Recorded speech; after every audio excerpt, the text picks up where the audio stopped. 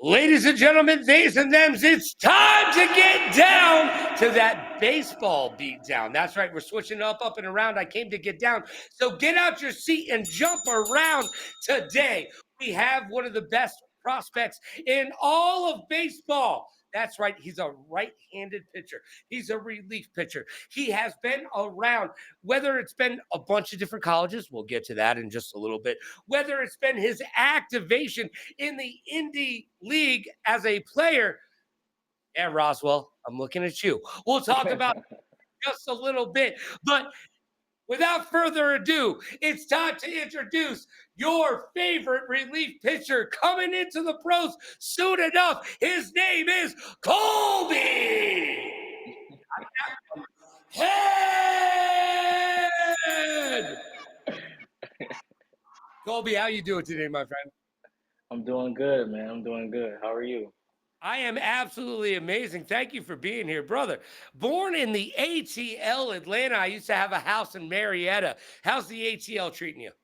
Okay, it's good. The weather's kind of shaky, but everything's pretty good for the most part. Well, the humidity has got to be getting to you right now. Well, yeah, but it's raining too. It's hot and it's raining, so it's kind of in the air. You know what? There's nothing worse than that. It's raining and it's humid. How does it change? You've been in New Mexico. You've been around the place, dude. Texas, Yeah, Delaware. Um, I don't even know where Pulaski is. You'll have to tell me about the river turtles. Where is yeah. Pulaski? Pulaski is like in the outskirts of Virginia. It's Okay. yeah, it's not too far from Virginia Tech. So I mean, it's like the country a little bit, but it's actually pretty peaceful. It's nice out there. So, what's been the biggest difference from the East Coast to the West Coast that you've noticed as an athlete? Really, the weather. I mean, that's pretty much it. The West Coast is pretty much hot. East Coast, it's kind of bipolar, but the West Coast is hot, very hot. Playing in Mexico, it got up to probably 104 Yeah. degrees. So, Yeah, but 104. See, I live in Vegas. Viva Las Vegas. I live in Vegas. And I'll tell you, 104 here is not the 104 in Marietta or Miami when I right. used to live there. The air out there is oppressive. What's it like to train in all of that humidity? I mean, most best thing is stay hydrated, I would say, Yep. but but you're definitely you breaking a great sweat. I'll say that. Train out there in that type of weather, but I mean, really, the most part, I mean, training is really a mindset. If it's hot, so what? You just put the work in, really. That's my What's your mindset. job? Well, it's your job at the end of the day, right? This is what you want to do for Exactly. a living. This is actually what you are doing for a living. I mean, you're out there, you're in the minor leagues, you are on the radar, you're there. Look, you started out at Alcorn.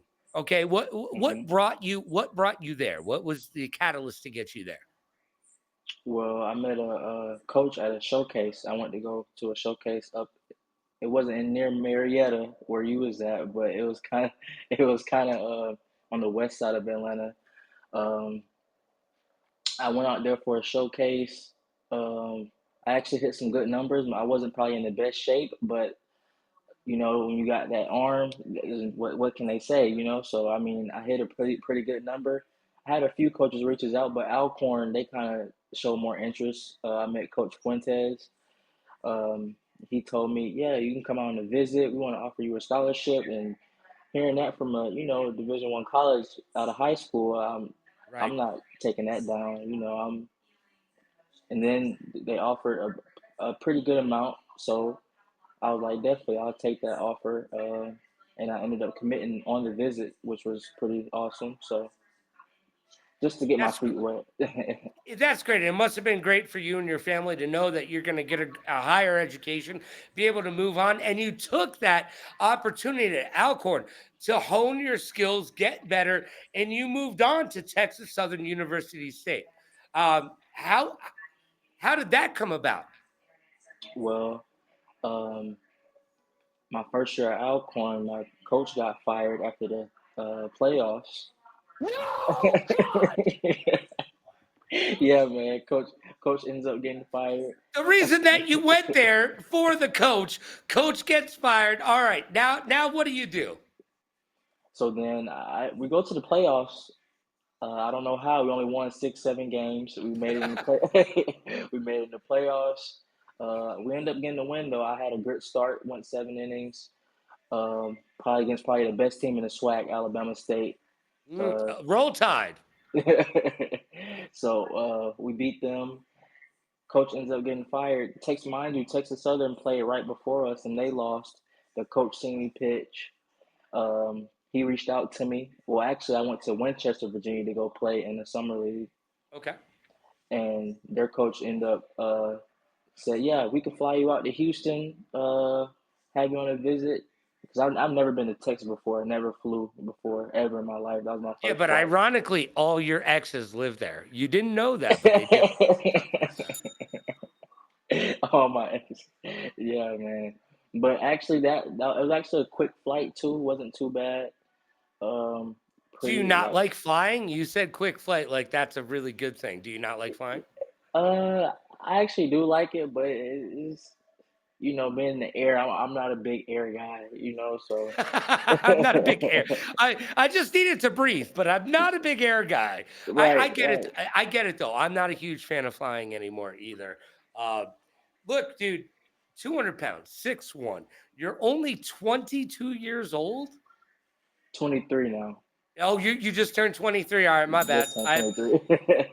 happy belated birthday, my friend. Appreciate Bro, that, man.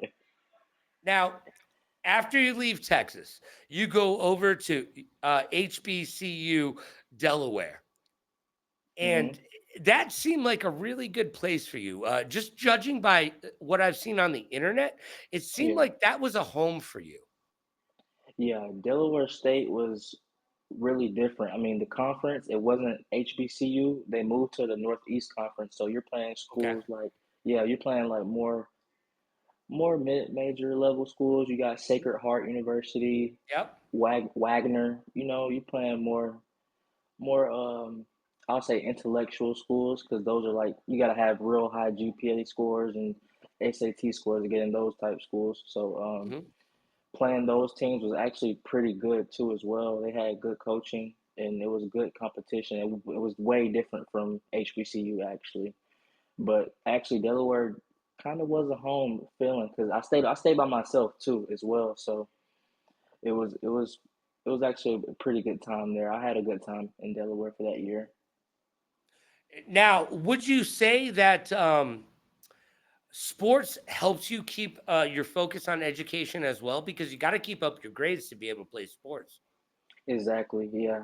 Sports definitely help because if you don't have obviously good grades, you can't play on the field. So, being an athlete, student athlete, being you know, having good grades, making sure my character's good on campus and everything was priority for me, especially being a standout player. So you got to make sure everybody's looking at you and you're a good representation of the program. So. All right, let's go all the way back. Let's rewind it all the way back. And let's talk about high school for a second. You went to Okay. Community Christian High Hmm. in Georgia, in Yes, sir. Stockbridge, Georgia.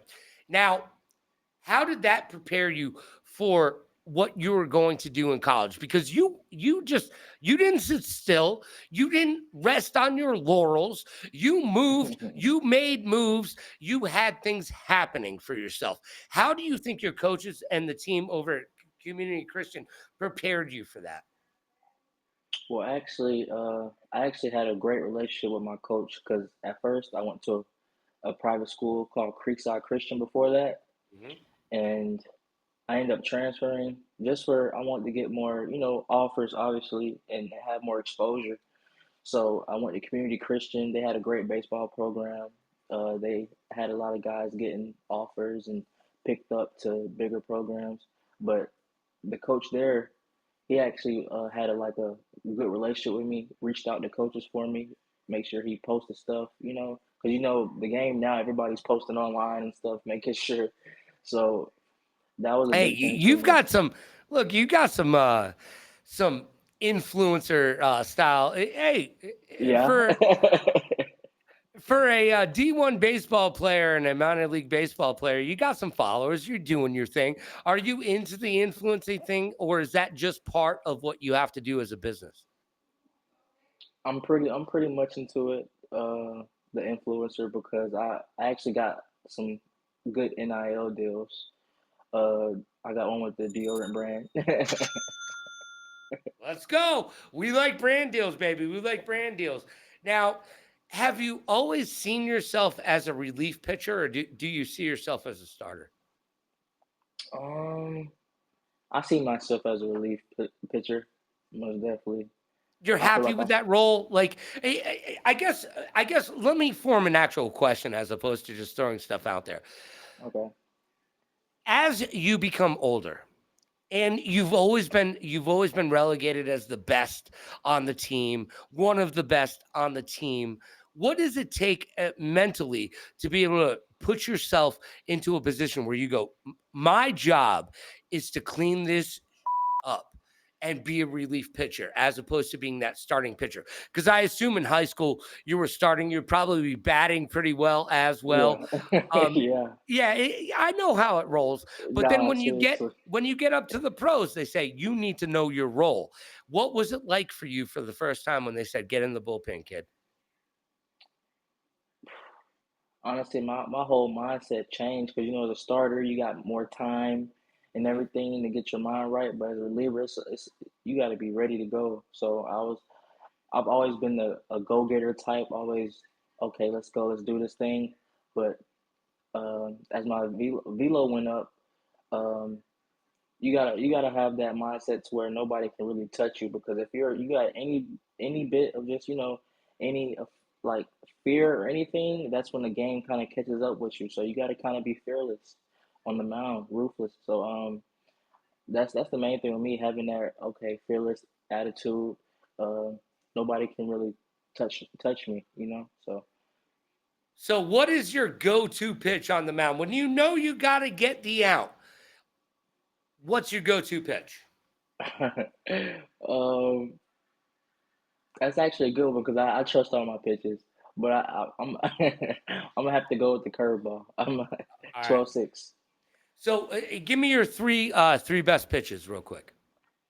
Uh, Fastball, circle All right, change, and timeout right there. Fastball. What's your velocity at right now? um, I haven't really been clocked. I've been up to 92, Okay. so um, it's usually around the high 80s. But I have great movement. That's the big thing. As long as you got great movement, it's pretty hard to touch a baseball that's moving. Hey man, this dude named Tim would tell you could throw a knuckleball and you can't hit it. So I Right. get it, bro. A pitch that goes 56 to 60 miles an hour and you can't hit it. I understand movement. I get that. All right. So fastball being number one. What's number two? Number two, definitely 12-6 curveball. 12-6 curveball. Now, for those who are at home, not understanding, being a neophyte, not being a pitcher like yourself, explain what that type of fastball is. I Yeah, mean, that's I'm sorry. You know what I meant. I know what you You know mean. why? Because I've never actually heard of a 12-6. I don't Really? know what it is either. Yeah, 12-6 is nothing but an over the top curveball. It's just Oh, coming okay. So it's come. All right. right over the Now, top. where do you place your hands on the ball for that? Um, they're kind of uh like right over the seam, just like this, over the top. Yep. Fingers Over the top. together. Fingers together. Yes, sir. Okay. Now, what's your third pitch? Circle change. Oh, wow. So you're throwing one of these bad boys, right? Yep, yep. Dude, how do you do that? How do you get control of the ball? If you don't know what a circle change is, this is how, right? I'm right, right? Nah, Help me. you're correct. Okay, this is how you hold the ball for a circle change. How the hell do you make that happen? It's kind of a touch and feel thing. It's hard to explain. I've grown up throwing it. Actually, I learned probably when I was around what 7, 8 years old. Just played around with it as I got older. It's easy to play with. All right, because I always wanted to be able to throw one of those. I'm not going to lie, because Yeah. in when you watch it, it does this thing, which is so Right. weird, right? It does Mm-hmm. this thing. It just rolls across a table back and forth. I don't know how it works. Exactly. It's absolutely magic. David Blaine might be able to tell us how it happens. Oh yeah. Um, Now, have you tried to develop other pitches, and what does that take as a pitcher? Like when you're like, yo, man, I want to get a sinking fastball. How do you Mm-hmm. go about doing that, and what does it actually take to grab a new pitch and be super good at it? Really just takes focus and practice. The more you play with it, the better you get at it. I've actually had a slider. I had a slider, and that was probably it moved like a cutter though. It was kind of fast, and they kind of was saying it was like a basically a fastball that slides. So I just went to the curveball. It had more of effect. It throws hitters off more, and it's the differential in the speeds. It throws hitters off, and it's a different look coming out my arm slot. I don't have the I have a pretty different arm slot than a lot of pitchers. So Well, now they always say that the catcher is the person on the field that dictates everything that happens on the field. How important is the catcher to the pitcher? it's definitely important. You have to be on one of accord basically. The more y'all are in tune with each other, the easier the game goes. I've basically in my college career, especially in Delaware, I've had a really good relationship with my catcher. So definitely got to be one of accord. Have you ever had a catcher where you're like, yo, this needs to be a dance? Because that's what I've been told. Between a pitcher and a catcher, it needs to be a dance. Very dramatic, by the way, but still, Yeah, it holds its own. Have you ever had a catcher where you're like, yo, man, this just isn't working? probably back in my younger days, but in college and especially pro ball, not really. Most of my catchers were on point. Now, I've got to ask you, your ERA has been good at times and it has struggled at times. How do you feel like you're going to be able to bring that back, refocus yourself, and really do what you know you can do? Because I've seen some tape. I've watched. I did the due diligence. You Hmm. have what it takes, but from my opinion, you're missing it just on a little bit. But you're still young. What do you think you need to do to be able to get to that upper echelon? Um, Honestly, I would say just I wouldn't even say focus a little more, just having a little bit more confidence, really, especially on the especially on the bigger stage. The more confidence you got, the more you'll be successful on the field. So I mean, that's really pretty it for me. Especially like you said, I'm young. Uh, You are. yeah. So I mean, that's pretty much it for me. As long as my confidence is good, I feel like I can compete with anyone. Well, you definitely can. You are one of the best prospects in minor leagues today. I love everything that you're throwing down. What's it been like being able to be an indie league player and playing for the Roswell Invaders, which they should have just called themselves the Aliens, but hey, that's not my call. All right, just saying. Honestly, that experience was kind of different for me. Going from the East Coast to the West Coast and being my first time playing pro ball. Um, I was actually 22 then.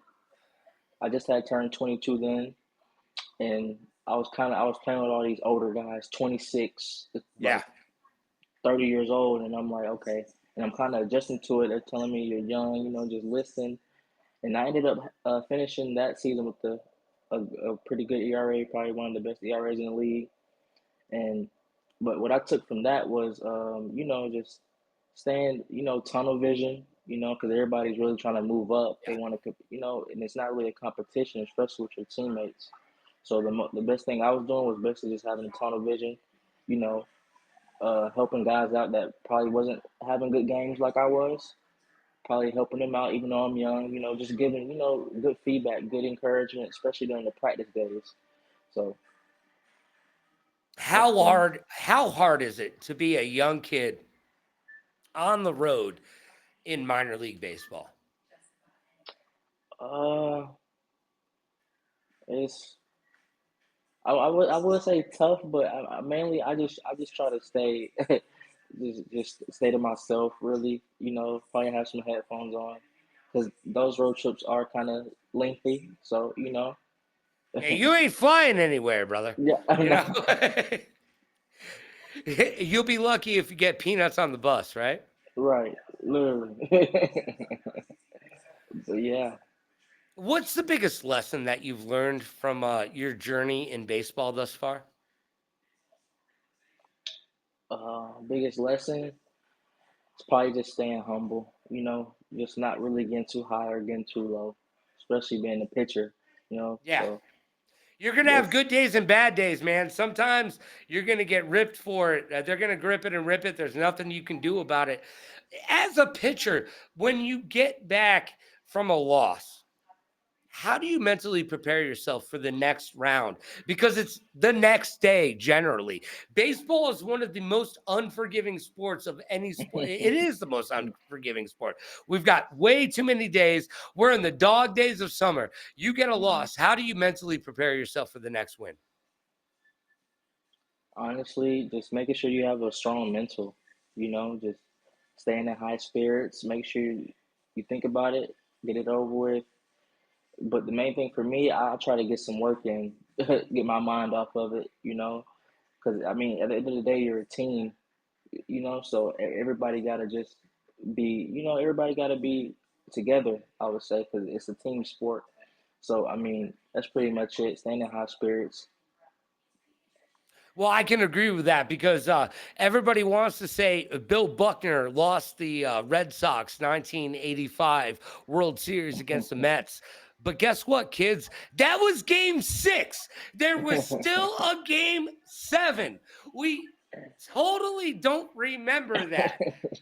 It is about the team, Colby. And you said that. Look, there are 9 players on the field, and everybody has to do their job. Every single time a pitcher gets a no hitter, look, that pitcher did an excellent job. But there are some great infield plays, right? Most That definitely, and most some great definitely. outfield plays that allow for that pitcher to get that great no hitter. Now, my question to you right now is what has been your most memorable? I don't think you have a no hitter, but what has been your most memorable moment of your baseball career thus far? um, Most memorable, it would probably have to be my freshman year. I was probably one of only uh 30 student athletes to throw a complete game. I think I went Yo, seventh they don't inning. do that, Colby. They don't do that anymore, man. They What, don't.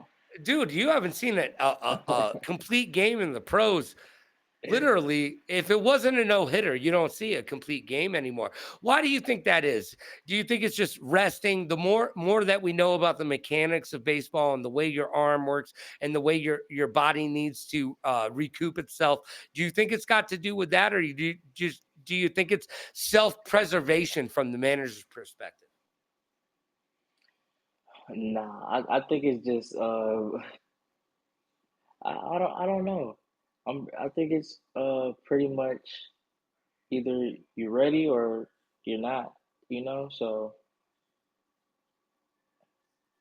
Well, yeah, you are either ready or you are not. Now, I want to talk about one of the things that baseball is known for: superstitions.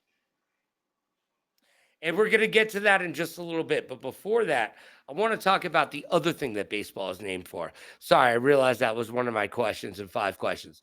Uh, Nicknames. Y'all call each other stupid nicknames uh, in the pen and all that stuff. What's been the stupidest nickname that you've heard somebody be called? uh probably one of the dumbest names I've heard. Probably like it's a lot. It's a lot of craziness that goes on in the Well, yeah, bullpen. They I don't know you're talk trying about. to. Yeah, you're trying to filter yourself. You're like, hey, a lot Right. of those nicknames Exactly. I can't say right now. Okay, I get it. Exactly. Give me the cleanest, most fun, and stupid nickname. Like, there's got to be a catcher that's just called like Barrel of Fun or some stupid nut. I don't know. That was terrible. I apologize. No, God. Nah, like one of those potatoes they call Spud. Yeah, yeah, yeah. That they called a guy on our team called Spud when I was in Hey, Delaware. There, where was he from? he's from Idaho. Yeah, that makes sense. There you go. I was gonna say there's got to be a reason besides the fact that he probably looked like a potato. Right. Uh, that's kind of fun. All right. So right now, where are you? What are you doing? How are you furthering your baseball career?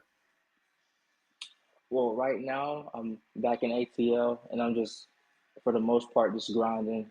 Just making sure I'm getting my body right and everything, so I can be a little more explosive on the mound. Because there were some things I was trying to critique in my delivery and everything. So really, just trying to make sure I'm more poised for sure. Especially the higher you get in the pro ball, you want to be more, like like more professional.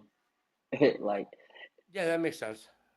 So I really just been working on, just being more poised, staying consistent in my workouts, strength training and everything. So that's pretty much it, just grinding. I want to bring you back to Little League. I'm assuming you played Little League. Oh yeah. All right. So when I was in Little League, there were flat mounds and there were raised mounds. Did you have to deal with flat mounds and raised mounds as you were trying to find your way in the pitching world today? Yeah. I've dealt with a lot of flat mounds, turf mounds, mounds with slopes, you know. So really, just I've always been adjustable when it came to mounds. There's some of them will have like a divot in it, a big old hole. You have to still end up throwing strikes. So, and that's never really been a problem for me. I've always been a strike thrower, but it's just really being adjustable. Now, if you were going to give a kid growing up right now watching this and saying to themselves, "Yeah, man, I hear that. I'm in Little League right now. I'm a pitcher. I get to a flat mound, I can pitch. I get to an actual mound, I can't pitch." What are some of the keys that you would give these kids coming up in the world today? Well, honestly, advice I would give them personally is don't really get too in detail with it. You just want to throw the ball over the plate. Make sure you get some outs. That's the main thing at the end of the day. But the most important thing I would tell them is just make sure you're linear to the plate. You don't want to be off too far to the left, too far to the right. Just make sure you're linear to the plate. That'll be easy for you to throw strikes for sure. Well, with an actual mound, it's easier to use your leg strength to propel that ball, correct? Right. So when you're in a flat mound, you're using your shoulder, maybe a little bit of your hip, and a lot of your elbow, which I would assume would be bad for us because they always say, "Oh, little leaguers shouldn't throw curveballs," right? So I think Right. they should be looking out for us. But that mound that teaches you how to kick your leg out, and so much of your power comes from that delivery. Talk about that for a second. The mechanics of actually being a pitcher. Yeah, mechanics are a big thing, especially when you're trying to gain velo and velocity and everything. Because that's one thing I wasn't always the most powerful pitcher, but I have always been like the most deceptive.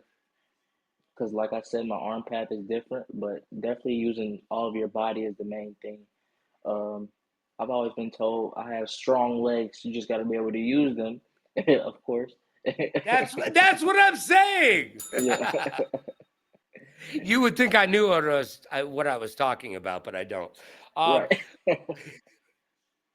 I mean, let's So just be let's just be honest. I haven't pitched a ball in a lot of years.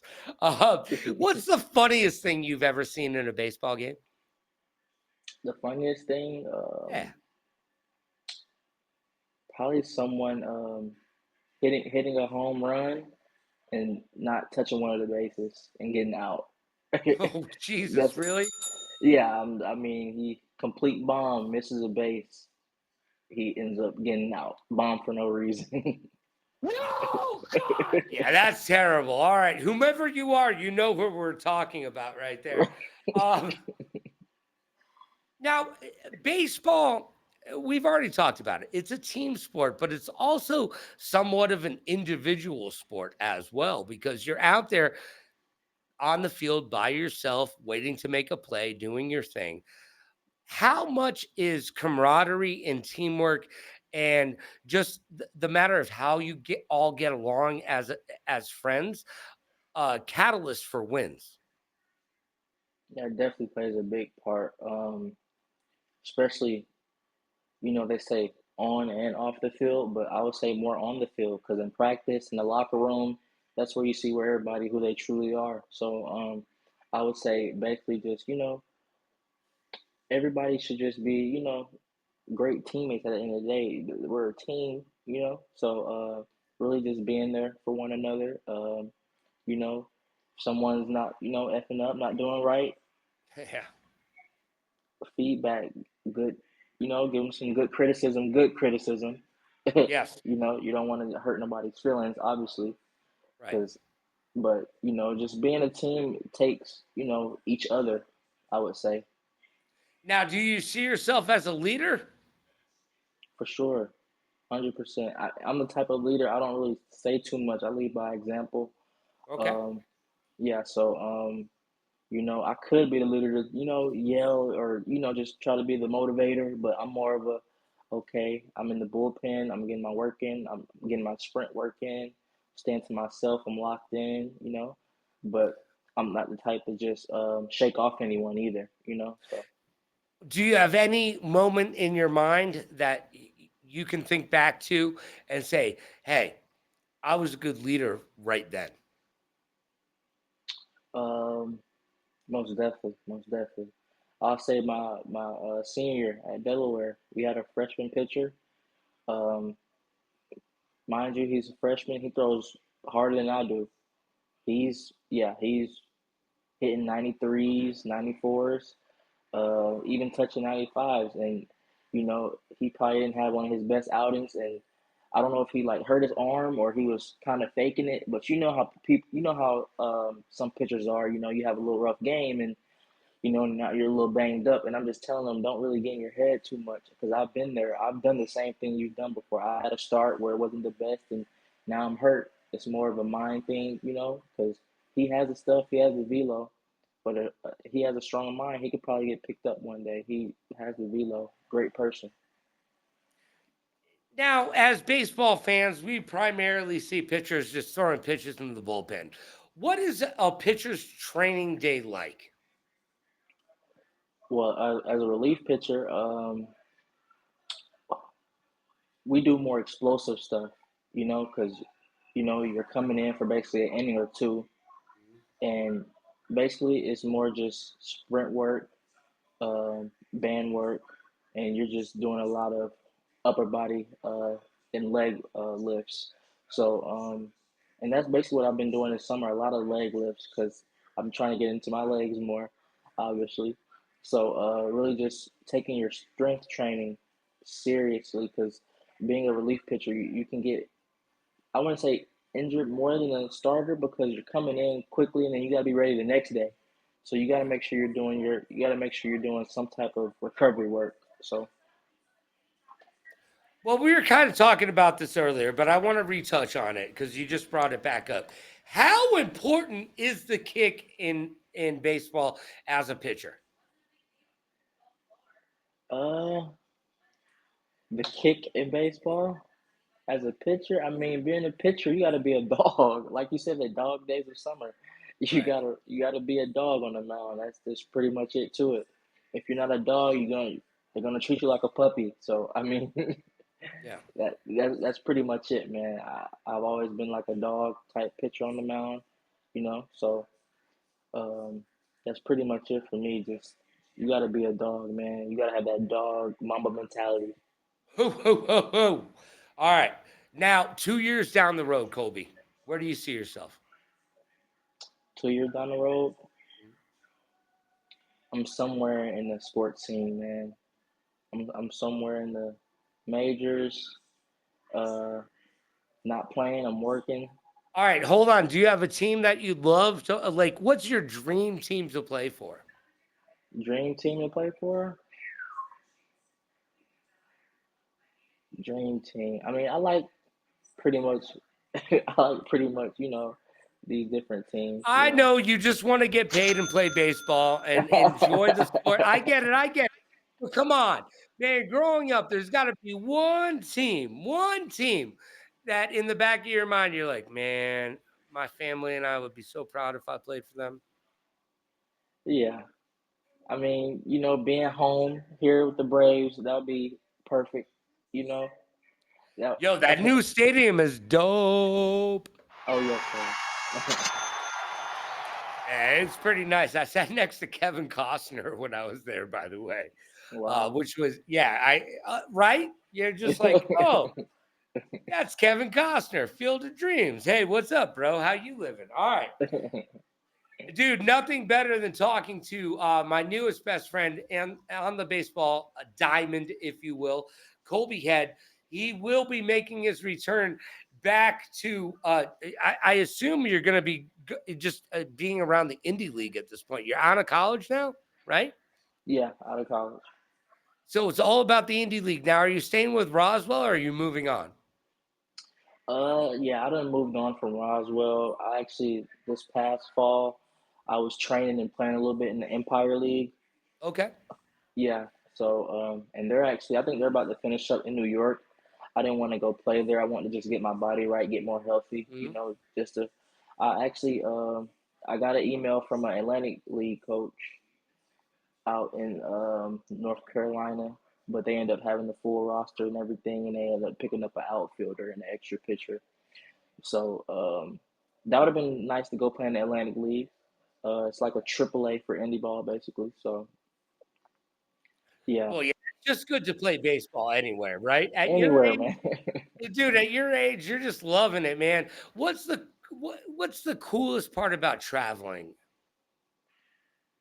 Honestly, just seeing, just seeing new things you never seen before. But definitely the scenery, because everything's not like Georgia. Mhm. Everywhere is not like Georgia. So yeah, basically just seeing the new sights and everything. That's my biggest thing. Well, we've all got Georgia on our minds, but we can't have it all day long. Born in the ATL, getting it done, Colby Head. I can't wait to see what happens with you in the near future. But it's time to play 5 questions. Are you ready for 5 questions, Colby? Oh yes, sir. All right, it is the game that all the kids are talking about on the playgrounds. All the adults are talking about around the water cooler. It is 5 questions brought to you by Newer. Use code Logan to save yourself 20% all off of all the great stuff over there. If you're a creator in any aspect, you have to get over to newer.com. Use code Logan, 20% off. Trust me on this. If you're wondering right now, just go over to newer.com. Look at all the awesomeness. And the link can be found right here in the About section of any platform you're watching us on. All right, let's get to 5 questions. Here we go. All right, Colby, growing up, who was your favorite baseball player? Growing up, Derek Jeter. Ooh, why Derek Jeter? He was one of the better shortstops growing up. Just watching him playing for the Yankees, being basically a legend, making those historic plays. Yeah, one of my favorite quotes from Derek Jeter. And as a younger folk, you should probably listen to this. Okay. Somebody asked Eric one time, what was your biggest fault or detriment to your career? And he said, looking back on it now, my inability to celebrate my wins. He goes, Mm. I was always waiting for the next big thing. He goes, I just moved on. I never took the time to go, yeah, I did it. I got this. He just moved on to the next thing. Celebrating his wins was one of his hardest things. Have you done anything? Is there anything that you do when you get a win that you know, whether it be like you go to Taco Bell or whatever it is? Is there any kind of celebratory thing that you do on a regular? uh, Not really. I just take it all in right after the win. No, I don't. fair enough. I get that. Yeah. All right. Question number 2. And this goes back to what we were talking about earlier. What is your craziest baseball superstition? Look, baseball is filled with stupid superstitions. What's been your craziest superstition? And what have you seen from your teammates? Um, uh, well, I don't really have a superstition, but if I had to No, say, not really, not really. you're like the No, one baseball player without a superstition. You realize that, right? yeah, I just wake up ready to play, man. No, that's a great mindset to have. But what are some of the stupider ones that you've seen from your teams, like not changing socks and all that craziness? Yeah, there's one thing. This dude, he always wears a sleeve and he doesn't wash it. He's like a lucky sleeve thing. Yeah. Lucky sleeve that gets a gangrene. Yeah. Um, you know. All right. Question number 3: would you play for the Savannah Bananas? Would I play for the Savannah Bananas? Of Are you course. familiar with whom the Savannah Bananas are? Yeah, I've seen them before. I've watched them. I would play for them. I would. It's cool, right? Yeah, it's a lot of entertainment. So I mean, it'll It, definitely be it something new for me. it is, but still, I mean, doing a backflip and catching a fly ball, there's a certain amount of skill involved in that. That I don't care who you are, except you're Ozzie Smith, you can't do. Yeah, that's something I can't do myself. Well, that's the thing is like everybody wants to talk bad about how the Savannah Bananas are just doing their thing, but they're selling out stadiums across the United States, and they are truly entertaining. And baseball needs a little bit of that. Would you agree? For sure, for sure. Most definitely. I can agree with that. Especially playing in pro ball, it's a lot of seriousness and, you know, we gotta do it this, that, it's a lot of hardness into it, but Now, definitely loosening that. before I get to question number 4, let's talk about K9. Okay. Ah, Obviously, your first name being Colby, I'm assuming that's where the K came from. hmm. Where does K9 merch come from? Well, when I was out at Texas Southern, I was at first at Alcorn, I was number 23, and it was, you know, Jordan or Jordan. LeBron? See, I knew you was gonna say that. I'm choosing LeBron, but they were Mm. calling me Mike. You know, No, God! That's okay. I'm old, obviously. So yeah, you know I'm going for Jordan. Jordan. But Savannah Bananas, you think they're good for the sport? uh, yes, Yeah, most because it's not definitely. predetermined games. Like the Right. games happen, right? So I Exactly. love that. I love that aspect of it. If it was predetermined, I would say that would be bad for the sport. But the fact that they're doing WWE style stuff with having an actual game in front of it is just absolutely amazing. Because you can't pick the time to do a under the leg flip up to first base. Like that just has to Yeah. happen. There's amount of skill that comes Yeah. with that, right? Definitely got to be athletic. Yes. All right, question number 4: